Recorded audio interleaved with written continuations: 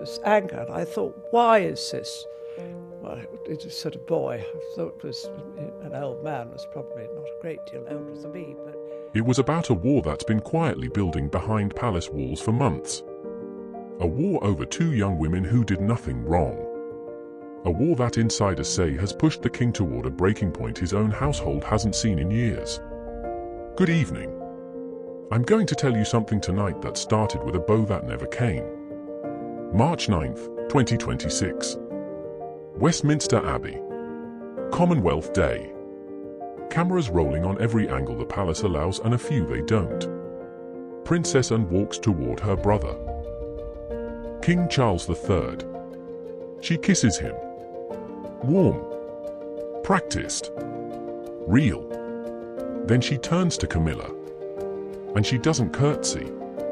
Not a stumble. Not a missed cue. A choice.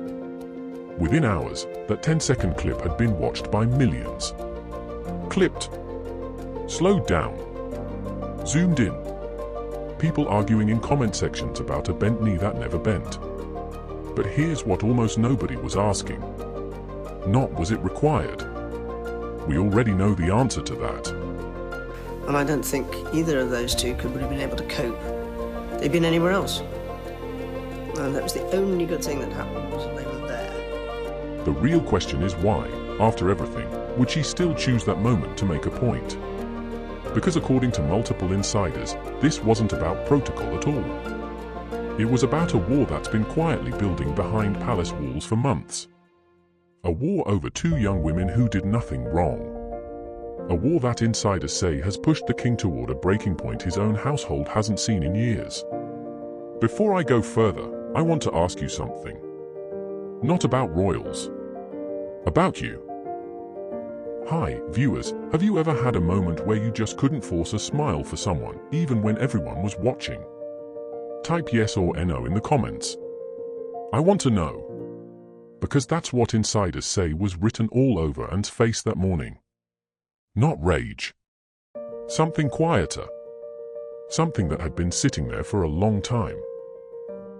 Sources close to the household describe a rift that had been building since early this year, when Princess Beatrice and Princess Eugenie began quietly disappearing from the royal calendar. No statement. No explanation. Just absences. Royal Ascot. Gone. The Chelsea Flower Show. Gone. Two women who had attended those events for years, suddenly nowhere to be found. And one royal, insiders say, noticed before anyone else did. Princess Anne. The Princess Royal is 75 years old. She does not do drama. She does not do interviews. She has spent her entire life being the one who shows up, does the job, and says nothing to the press. So when people close to her say she has been furious, that word alone should stop you. Because Anne doesn't get furious over nothing. There are very big questions still out there for me as to the broader picture of how something like this could. According to a source who spoke to a UK outlet and believes her brother would never have frozen out his own nieces on his own. She reportedly told those close to her that the coldness isn't in her brother's character. That someone else was behind it. She didn't name names. She didn't have to. Because everyone in that corridor already knew who insiders say holds that kind of influence over Charles now. Queen Camilla. Let me be clear about what I am telling you and what I am not. I am not telling you this is confirmed. The palace has said nothing. When asked, a spokesperson gave the answer they always give. They do not comment on private family matters. But silence from a palace is never really silence. It's a decision. And behind that decision, sources say, sits a woman who has spent years trying to prove she belongs at the center of a family that never fully welcomed her.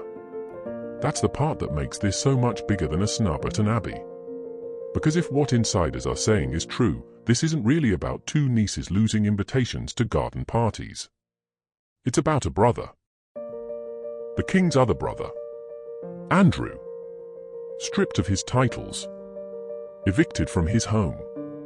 publicly disgraced amid renewed scrutiny tied to his years-long friendship with a convicted predator. And while most of the family kept their distance, one sister reportedly did not. Anne. Sources say she never stopped defending him, at least in private. Never stopped believing the punishment had gone further than it needed to. And when his daughters started vanishing from royal life too, she reportedly saw exactly what she believes was happening. Punishment passed down. Sins of the father, paid for by the daughters. And somewhere behind that, always, the same name. Camilla. Here's where it gets complicated. Because this isn't the first time these two women have stood on opposite sides of something. It's clear to me that there are certain people who were in the BBC who have behaved in a way that is truly abysmal. Go back more than 50 years, long before crowns and coronations, and you'll find a young Princess Anne briefly involved with a young cavalry officer named Andrew Parker Bowles. The same man who would go on to marry Camilla. History has a long memory inside those walls. And insiders say that old, quiet tension never fully disappeared. It just went dormant. Waiting. Waiting for a moment like this one. A wedding in June. A quiet exit at exactly the wrong time. A curtsey that never came. And a king, caught in the middle, reportedly closer to losing his composure than he has been in years. What happened behind those closed palace doors after that service is not something the world was ever supposed to see. But somebody talked. Somebody talked. And once one person talks inside a palace, others follow. What came next wasn't a single leak. It was a slow drip. A name here. A date there. Small details that on their own meant nothing, but together started to form a shape nobody in that household wanted the public to see. Let's go back to the beginning. Not the Abbey. Before that. January of 2026. Prince Andrew, stripped of his military titles months earlier, was facing renewed scrutiny over his long friendship with a convicted sex offender. The palace had already moved fast to distance itself from him. His name was removed from official documents. His home at Royal Lodge was reportedly being taken back. The man who once stood fourth in line to the throne was, in the eyes of the institution, becoming someone who no longer existed. But Andrew wasn't the only one paying for it. He has two daughters. Princess Beatrice. Princess Eugenie. Two women who had spent their adult lives building their own quiet reputations, largely outside the scandal that swallowed their father. And according to multiple sources, that didn't matter. By March, royal watchers noticed something. Beatrice and Eugenie were missing from Royal Ascot. For most people, that sounds like nothing. A scheduling gap. But inside royal circles, Ascot appearances are never random. They are chosen. Curated. A visible signal of who still belongs at the center of the family, and who has quietly been moved to the edge. Then came the Chelsea Flower Show. Same result. Two women who had attended for years, simply not there. No statement. No explanation. Just absence. An absence, inside a family built on ceremony, speaks louder than most people realize. Think about what these events actually are. Ascot isn't only a horse race to that family. It's a stage. A place where the public is shown, without a single word being spoken, exactly who still matters. The same is true of Chelsea. Every guest list is a message. And this year, the message being sent about Beatrice and Eugenie was silence. One insider described it plainly. The sisters were being frozen out, event by event, without a single public word to explain why. Eugenie, meanwhile, was reportedly preparing to welcome another child. A moment that, in almost any other year, would have brought warmth and attention from the family around her. Instead, sources say, it arrived alongside speculation about whether she and her sister were being pushed further to the margins of royal life altogether. Two women. No scandal of their own. No headline that belonged to them. And yet, according to multiple reports, they were the ones quietly paying the price. princess unnoticed before almost anyone else did. Sources close to her say she watched her nieces disappear from the calendar and came to a conclusion that she reportedly did not keep quiet about. She did not believe her brother, the king, would have done this on his own. Let that sit for a second. Because that's not a small accusation. That's the question, and I've got people looking at that, and we'll see. But it's not going to end now. I'm not saying that as some ugly threat. It just can't stop here because there's still more to come out. That's a sister telling people close to her that the man she has known her entire life, the brother she grew up beside, was being pushed into decisions that didn't reflect who he actually is. So who was pushing? Not Charles. At least, not according to the people who claim to know him best. He is described by those close to him as a man growing more aware of his own mortality, more emotional than he once was, more inclined to keep the peace inside his own home than to fight for it. A tired king, some sources say. Not a cold one. Which is exactly why the question of who was really behind the decision became so important. According to a source who spoke to a UK outlet and believes the coldness toward her nieces has Camilla's fingerprints all over it. Her words, according to that source, not mine. She reportedly said this level of distance simply isn't in her brother's character. I want you to sit with that phrase for a moment. Not in his character. That's the language of someone who has known a person their entire life and is now watching him become someone else in front of her. And here's where the story stops being about two absent invitations. Because Anne's frustration wasn't only about her nieces. Sources say it was tangled up with something older and something far more personal. Her continued defense, in private, of her disgraced brother Andrew himself. While much of the family kept a careful, practiced distance from him and reportedly did not.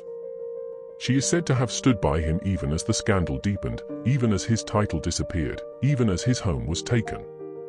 Some close to the family have said Anne and her younger brother, Prince Edward, both quietly urged the king to, in their words, ease up on Andrew. Not because they excused what he was accused of, but because they were worried, sources say, about what the isolation was doing to him. Edward rarely speaks publicly about his siblings. When he has, it's been careful, measured, protective. That alone tells you something about how seriously this was being taken behind the scenes. If even the quietest member of that family was reportedly pulled into the conversation, it wasn't a passing disagreement. It was a fracture running through the whole household. So when Beatrice and Eugenie started vanishing from public life too, and reportedly saw a pattern. Not punishment for something the sisters did. Punishment for something their father did. Passed down. Quiet. Never acknowledged out loud. And she was not willing to let it go unaddressed. A source described her as, quote, not the type to sit back and let things go unaddressed. By late spring, that frustration reportedly turned into something more direct, and was said to be demanding an audience with the king. Not a conversation in passing. Not a quiet word after dinner. An actual sit-down, insiders say, where she intended to talk sense into her brother. Here's the detail that should stop you cold. She wasn't only planning to raise the subject of her nieces. According to people close to her, and intended to confront the king directly about Camilla's growing influence over decisions that, in Anne's view, should never have belonged to her in the first place. Do you understand what that means inside a monarchy? An audience like that isn't a family chat. It's a challenge to where power actually sits inside that palace. Think about it this way. In most families, a disagreement gets settled over dinner, or in a phone call, or quietly drops after a few weeks. Inside a royal household, a formal audience is something else entirely. It's requested. It's scheduled. It's treated the way a meeting between rivals might be treated. The fact that Anne wanted one at all tells you she had already decided this could not be solved with a passing conversation in a hallway. And whether Charles wanted it or not, that meeting was coming. Sources say he knew it too. One insider, describing the mood inside the household in the weeks before that Commonwealth Day service, used a phrase that has stayed with me since I first read it. They said the king was, quote, at a breaking point. Not from public pressure. Not from headlines. From his own family, colliding in a hallway he could no longer control. Picture the weight of that for a moment. A man who waited his entire life to wear that crown, now watching his sister and his wife move toward a confrontation neither seemed willing to walk back from. He could not simply choose a side. Whichever way he leaned, someone he loved would feel abandoned. That is not a comfortable place for anyone to stand. It is an especially uncomfortable place for a king. And 3 months before the Abbey, before the world ever saw that missing curtsey, insiders say Anne had already made her intentions clear behind closed doors. She was not backing down. Neither, sources say, was Camilla. Which means somewhere between January and March, 2 women who had circled each other for over 50 years were on a direct path toward the same room. What happened in that room, according to multiple sources, would not stay quiet for long. But here is what makes this story so much harder to untangle than a simple family argument. Nothing about it started this year. Every source who has spoken about Anne and Camilla eventually circles back to the same thing. Not Beatrice. Not Eugenie. Not even Andrew. Something older. Something that had nothing to do with royal titles at all, back when neither woman had one. Before I tell you what allegedly happened in that room, you need to understand where this really began. Because the freeze out of 2 young women, the audience and demanded, the tension Charles could feel building in his own home, insiders say none of it makes sense without going back more than 50 years, to a young cavalry officer, and a woman who was never supposed to become queen at all. 1971. Before Diana. Before divorce. Before crowns and coronations and all the weight that came after. Princess Anne was in her early 20s, unmarried, and briefly involved with a young officer in the household cavalry. His name was Andrew Parker Bowles. It was never a great romance for the history books, and was, by most accounts, never seen as a realistic marriage prospect for him.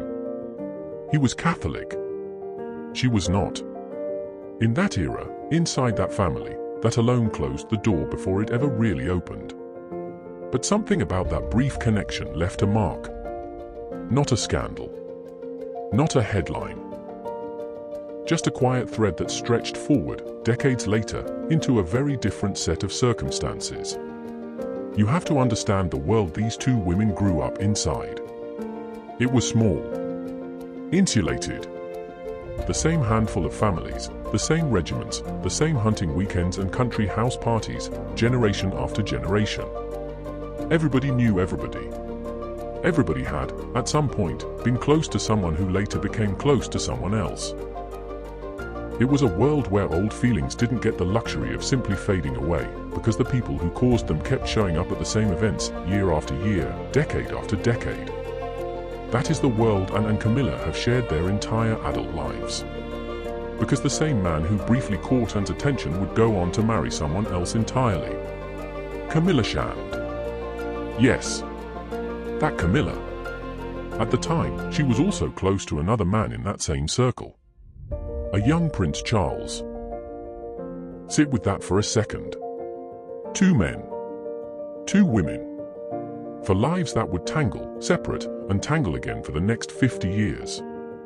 Long before any of them wore a crown, long before any of them stood in Westminster Abbey being watched by millions, they were simply young people in overlapping social circles, making choices that none of them could have known would echo for half a century. It's the kind of history that sounds almost too tidy to be real. Almost too neat for anyone to have written on purpose. And yet it's true. It happened. It's been documented, discussed, and eventually dramatized for television in a story that turned for young lives into what's now sometimes called the love quadrangle. Most people only remember one side of that story. Charles and Camilla. Charles and Diana. The version that made headlines for 30 years. Almost nobody stops to consider what it must have felt like to be the other woman in that circle. The one who was never chosen. The one who watched the man she'd briefly been close to marry someone else, while another version of that same tangled history played out around her brother for decades afterward. That's the quieter, less discussed side of Anne's connection to all of this. She wasn't a headline in that story. But she was there. She saw it unfold, up close, from the very beginning. Here's the part that matters most for our story tonight. When two people share history that complicated, it rarely disappears just because decades pass. It goes quiet. It waits. And every so often, something happens that brings it right back to the surface. According to royal historians and insiders alike, that old entanglement is one of the quiet, unspoken reasons some believe there has always been a layer of tension between Anne and Camilla. Not loud. Not public. Just there. Underneath everything else.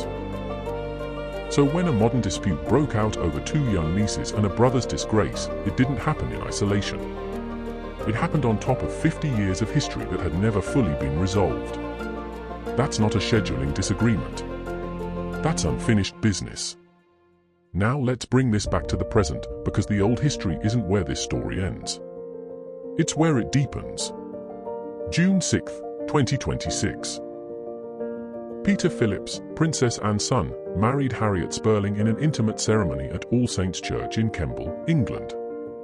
Most of the working royal family attended.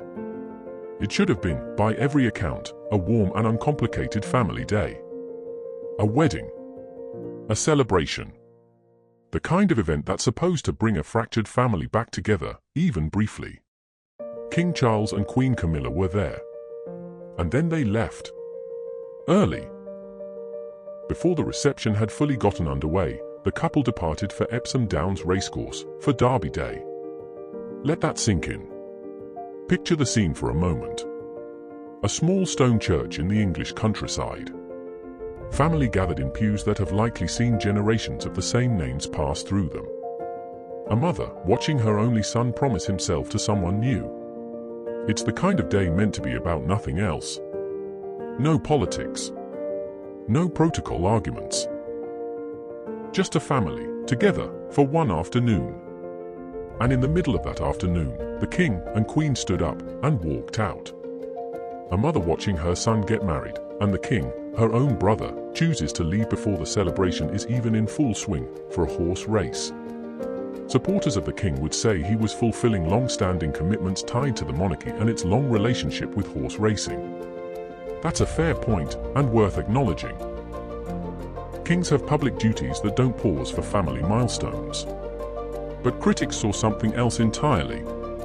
A rapid exit from one of the rarest moments a family gets. A wedding. Not a garden party. Not a state visit. A wedding. One insider close to the family put it simply. There will be people who understand the importance of the derby to the King, but others will inevitably see it as unusual to leave a close family wedding so quickly. And inside that family, according to sources, one person in particular did not take it well. Princess Anne. This was not just a public relations misstep to her. Sources say it landed as something closer to a message. That, once again, something else had taken priority over her family. Over her son's wedding. Over her. Multiple reports have since tied that early exit directly to the broader tension already building between Anne and Camilla. Not as separate stories, but as the same story, wearing a different outfit. Here's the detail that should make your stomach turn a little. According to sources familiar with the day, Anne reportedly left her son's wedding reception without saying goodbye to Camilla. No dramatic scene. No raised voice. Just an absence where a goodbye should have been. The same kind of quiet signal Camilla herself gave months later when she turned away after Anne's missing curtsey at the Abbey. Two women. Two silences. Both saying everything without saying a single word out loud. By this point, sources close to the household say the relationship between Anne and Camilla had gone past disagreement. It had become something closer to a standoff. Neither woman retreating. Neither one willing to be the first to soften. Think about what that means for two women who are forced, by circumstance and duty, to stand beside each other in public constantly. Every state visit. Every Christmas broadcast. Every garden party photograph. They cannot simply avoid one another the way most people who dislike each other can. They are required, by the machinery of the monarchy itself, to keep appearing side by side, smiling for cameras, while whatever is happening underneath stays buried. That's a particular kind of exhausting. Pretending, in public, that nothing is wrong, while privately building toward a confrontation that both women reportedly know is coming. And somewhere in the middle of it, a king who loved them both, running out of room to keep the peace. This is the moment, according to multiple insiders, when Anne stopped waiting for things to resolve on their own. She had already been demanding an audience with Charles over her nieces. Now, according to sources, that request took on a new weight. This wasn't only about Beatrice and Eugenie anymore. It wasn't only about a brother's disgrace or old history from half a century earlier. It was about being pushed aside. Again. In her own family. At her own son's wedding. And according to people close to the palace, the meeting Anne had been demanding was no longer something that could be delayed. It was set to happen. Soon. Behind closed doors. No cameras. No staff lingering nearby to leak a single detail. Just a king, his wife, and his sister. Some sources describe Charles in those final days before the meeting as noticeably withdrawn. Quiet at dinner. Slower to laugh. The kind of tired that has nothing to do with sleep. He had spent decades being the son who waited, the husband who fought for his marriage to be accepted, the brother who tried to keep everyone in his orbit close. Now, insiders say, all three of those roles were about to collide in one room, at the same time, with no way to protect all of them at once. What allegedly happened when those three finally sat down in the same room together is the part of this story that even seasoned royal insiders say they've never seen anything quite like. Chapter 4, 1,504 words. The meeting finally happened over a weekend, inside Buckingham Palace, according to multiple insiders who spoke to royal outlets afterward. By this point, according to people close to the household, everyone who worked near the family's private quarters knew something significant was coming. Meetings like this don't happen casually inside a palace. They get arranged in advance, cleared through private secretaries, given a time and a room. Which means, in the days before it happened, staff reportedly moved a little more carefully around both women. Nobody wanted to be the one who said the wrong thing at the wrong moment. Anne arrived, sources say, looking determined. Serious. Not the composed public face people are used to seeing at ribbon cuttings and military inspections. Something sharper than that. She went in to see her brother and Camilla together. And she did not come out for over an hour. One palace insider, describing the scene afterward, said something that has stuck with everyone who's covered this story since. When Anne finally emerged, she looked distraught. Her eyes were red. She was seen dabbing tears from her face with a handkerchief. Let that image sit with you for a moment. This is a woman who has spent her entire adult life being described, again and again, by the same word. Stoic. The hardest working royal. The one who doesn't cry in public, doesn't complain, doesn't let anyone see a crack in the armor. And according to that source, on that day, the armor came off. Think about what it takes to reach that point. And has weathered a lifetime of headlines. Her own difficult marriages, played out in tabloids. Her brother's disgrace, splashed across front pages for years. The loss of her mother, her father, watched by the entire world. Through all of it, she was the one who kept working, kept showing up, kept her composure in front of cameras that never stopped looking for a crack. Whatever happened in that room broke through 50 years of that discipline in under an hour. Nobody outside that room knows exactly what was said. I want to be honest with you about that, because a story like this deserves honesty, not invention. But according to people close to the family, Anne had gone in with a purpose. Not simply to vent frustration. To deliver what one insider called a final plea, or perhaps an ultimatum, over decisions she believed were putting the monarchy's stability and reputation at risk. An ultimatum. From a sister to a brother who wears a crown. Try to imagine the pressure required to reach that point. Anne is not someone who escalates easily. She has spent decades absorbing criticism, difficult headlines, family scandals, all without raising her voice publicly, even once. For her to walk into that room prepared to issue an ultimatum tells you everything about how far things had already gone before that day. And Camilla. Witnesses reportedly say she appeared noticeably tense as and departed the palace grounds. Not angry. Not defiant. Tense. The kind of tense that comes from knowing a conversation didn't go the way you needed it to. Remember, this is a woman who spent decades on the outside of that family before finally being accepted at its center. Every position she holds now, every title, every ounce of public acceptance, was earned slowly, against considerable resistance, over the better part of 30 years. Sources describe her as someone deeply protective of that hard-won place. Which means a confrontation like this one wasn't simply an argument about nieces or wedding etiquette to her. It was a challenge to the very foundation she had spent her adult life building. That's what made this moment so combustible. Two women, each convinced they were defending something essential. And defending her family and her sense of what's fair. Camilla, defending a place in that family she fought hard to earn. Neither one entirely wrong. Neither one willing to yield first. Charles, meanwhile, was seen afterward walking through one of the palace gardens with aides, looking grim. Grim. Not composed. Not diplomatic. Grim.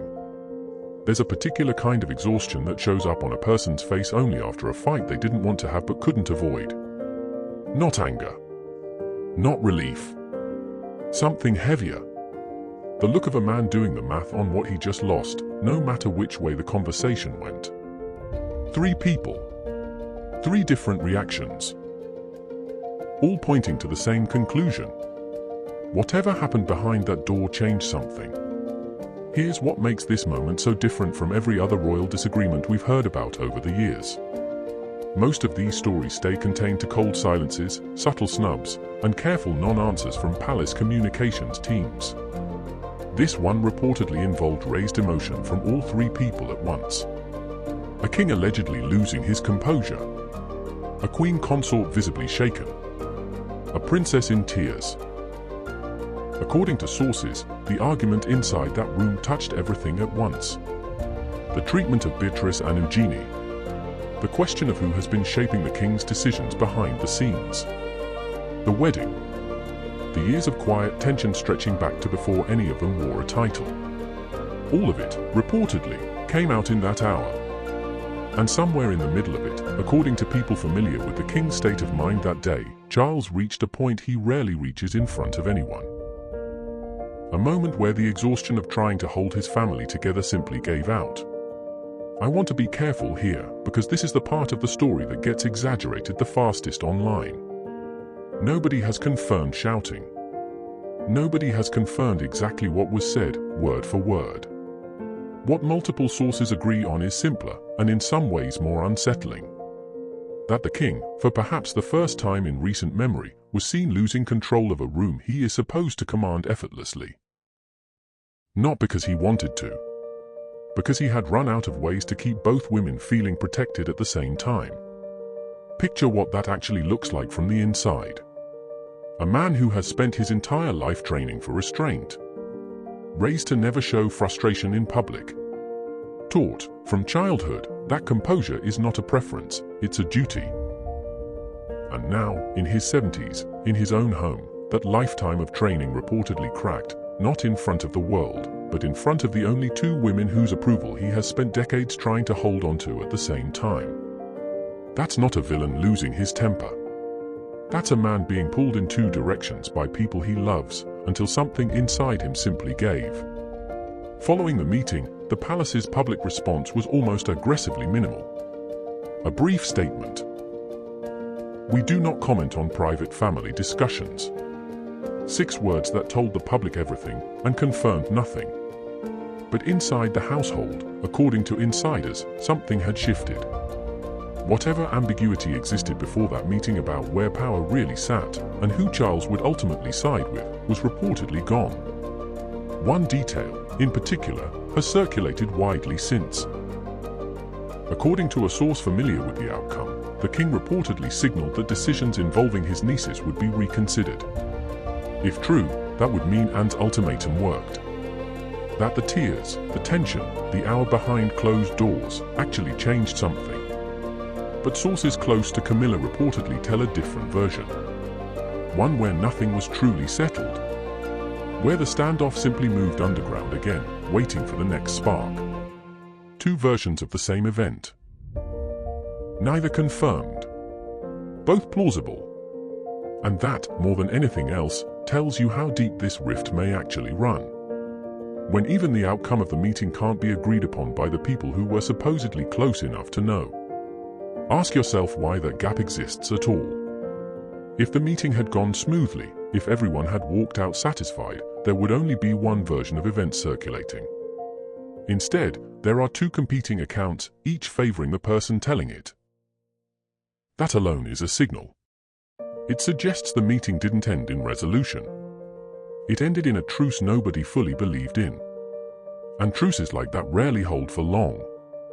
They tend to hold exactly until the next public appearance forces both women to stand near each other again, smiling for cameras, pretending the room behind those closed doors never happened. Staff inside the household, according to multiple sources, have described the mood in the weeks since as noticeably different. Quieter. More careful. Conversations that once flowed easily between departments now reportedly get relayed through intermediaries first, just to avoid stepping on whatever remains unresolved between the two most senior women in that family. That is not the description of a problem that got solved. That is the description of a problem that got postponed. What happened next would determine, according to insiders, whether this was the end of the story, or only the beginning of something much bigger. By the following morning, whatever had happened behind that door was no longer just a palace matter. It was everyone's. News of the meeting, or at least fragments of it, had already started circulating among royal watchers before the sun was fully up. Nobody had official confirmation. Nobody needed it. Enough details had leaked, from enough separate sources, that the shape of the story was already forming on its own. A princess in tears. A queen consort visibly shaken. A king reportedly pushed further than anyone had seen him pushed in years. The palace's response arrived exactly the way these responses always arrive. Careful. Brief. Designed to say as little as humanly possible while still technically saying something. We do not comment on private family discussions. 6 words. And somehow, those 6 words became the loudest thing anyone in that building said all week. Because silence, from an institution built entirely on image and appearance, is never actually silent. It's a decision. And the public read that decision exactly the way the palace probably feared they would. As confirmation that something real had happened. Consider how rarely the palace comments on anything at all involving personal conflict. When Harry and Meghan's disputes with the family became public, the response was similarly minimal for months. When Andrew's situation deepened, the same careful phrasing appeared again and again. This is an institution that has learned, over generations, that saying less usually causes less damage than saying more. But that strategy only works when the public trusts there's nothing serious underneath the silence. This time, it seems, that trust had already run out. Online, the reaction moved fast. Hashtags like Protect Princess and began trending within hours. Comment sections filled with people defending her, praising her decades of quiet, unglamorous service to the crown. One line, repeated again and again across social media, seemed to capture the public mood better than anything official ever could. She is the most hardworking royal by far. If Anne is worried, we all should be. Think about that for a second. A woman who has spent 50 years avoiding the spotlight, who built her entire reputation on never being the story, suddenly became the exact center of one. Not because she sought it. Because, according to nearly every source close to this situation, she finally reached a point where staying quiet cost more than speaking up. That is, in many ways, the most human part of this entire story. Not the palace politics. Not the question of who holds influence over whom. Just a woman, worn down after decades of putting duty ahead of her own feelings, finally reaching a point where she couldn't do it anymore. Whatever title she carries, that part of the story is something almost anyone watching tonight could recognize in their own life. And then people went looking for proof. Not new proof. Old proof. Footage that had already been sitting online for weeks, re-examined now through a completely different lens. The Commonwealth Day Service. March. Westminster Abbey. That missing curtsey. Suddenly, a moment that had mostly been treated as a minor talking point about royal protocol was being replayed everywhere, framed as something else entirely. Not a technicality about who is or isn't required to bow. A signal. Proof, in the eyes of thousands of viewers, that the tension had been visible all along, months before anyone outside the palace understood what was actually happening behind it. That's the strange thing about moments like this. Nothing about the footage itself changed. The clip was identical to the one people watched back in March. What changed was the story wrapped around it. Once you know what allegedly happened behind those closed doors months later, that same 10 seconds of footage feels completely different watching it now. I want to be honest with you about where this leaves us, because a story like this deserves that honesty far more than it deserves a tidy ending. Nothing here has been confirmed by Buckingham Palace. Not the tears. Not the ultimatum. Not the specific words anyone used inside that room. Everything you've heard tonight comes from insiders, sources, and reports layered together from multiple outlets that have covered this family for years. Some of it may be exactly what happened. Some of it may be exaggerated in the retelling, the way these stories so often are once they leave the room they started in. What we do know, because it happened in full public view, is simpler, and in some ways more telling than any anonymous quote could be. Beatrice and Eugenie were absent from major royal events this year, and no explanation was ever given. Charles and Camilla left Peter Phillips's wedding early, for a horse race, and faced real criticism for it. And did not curtsey to Camilla at Westminster Abbey, on camera, in front of the entire world. Those three things happened. Nobody disputes them. Everything else, the meeting, the tears, the ultimatum, exists in the space between what's been reported and what's actually been confirmed. That space is where most of this story lives. And that space is exactly where a family like this one tends to keep its truth hidden, tucked behind statements that say nothing while meaning everything. Whether this marks a genuine turning point, or simply one more chapter in a rivalry that's been simmering for over 50 years, may depend entirely on what happens the next time these two women are required to stand side by side. Because they will be required to. That's the nature of the institution they both belong to. There is no version of royal life where Anne and Camilla simply avoid each other going forward. There will be another Christmas broadcast. Another state visit. Another photograph where the whole world watches to see exactly how close, or how distant, they choose to stand. Every one of those future appearances now carries a weight it didn't have back in February. Every handshake, every seating arrangement, every second of eye contact between the two of them will be studied, screenshot, and picked apart within minutes of airing. That is the price of a rift becoming public, even partially. It turns ordinary moments into evidence. And that is precisely why this story is far from over. Because insiders are already saying the next event on the calendar, one both women are expected to attend together within weeks, could either quietly bury this rift for good, or blow it wide open in front of the entire world. I'll be watching that moment as closely as you will. And when it happens, you'll be the first to know exactly what took place, and exactly what it means for a family that keeps proving, again and again, that even inside a palace, some wounds never fully close.